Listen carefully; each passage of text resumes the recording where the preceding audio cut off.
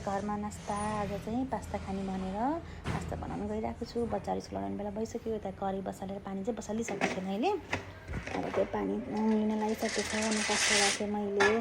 Pasta राखेपछि मैले बेसार राख्छु कि कलरको लागि चाहिँ पहेँलोदेखि पनि राम्रो पनि देखिन्छ नि त। अनि यता बन्दा काट्दैछु छिटो गरेर। बच्चाहरू आउँदैन स्कुलबाट हतार हतार छ कि मलाई। अनि यता प्याज पनि काट्दैछु। हेर्नु है, म चाहिँ प्याज चाहिँ थोरै नै राखेको छु। अब आफ्नो इच्छा हुन्छ राख्न सकिन्छ कति खायो भनेर। हेर्नु है, प्याज काटेँ। अनि खुर्सानी चाहिँ मजाले खाइदिन्छन् फेरि। होइन त टमाटर पनि काट्दैछु। सानो गरेर काट्नु पऱ्यो नि त टमाटर। टमाटर पनि काटेँ।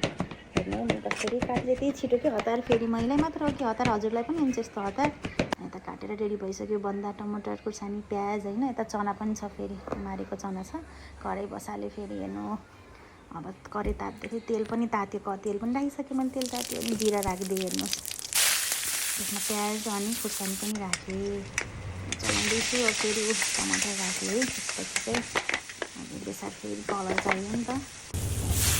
फेरि बन्दा पनि राखेको छु मैले। साथीहरू कस्तो छ हेर्नु है। अनि यता मैले चना राख्नै बिर्सेछु कि फेरि यता छुट्टै उस गरेको छु। हेर्नु डोरीमा पकाएर त्यता राख्ने भनेर मसला राखेँ। गरम मसला थोरै राखेको छु। गर्मी भएर मलाई फेरि फटाफट चलाइरहेको छिटो। अनि पास्ता राखेर पास्ता पनि एकदम त्यसमा भर्दैछु है। मेरो भयो कि नै भनिदिनुहोस् है। तपाईँहरूले कसरी खानुहुन्छ त्यो पनि भनिदिनुहोस् न। मैले चाहिँ यस्तरी चाहिँ बनाउँछु है। त्यो बेला ठ्याक्क हरन बज्यो। उता नानी आउने बेला भयो स्कुलबाट। नानी फेरि आज मम्मीले किन भिडियो बनाउनु भएको छ पुरा खुसी भएर आउँछन् कि। अनि यता हेरेको हेर्नु मेरो छोरी र म चाहिँ म भन्नु जत्रै भइसकिन् कि छोरी त। म त खुच्ची नै छु कि। अब रेडी भयो। रेडी भएर नास्ता खाना दिएको। मोबाइलमै व्यस्त छ। मिठो छ अरे।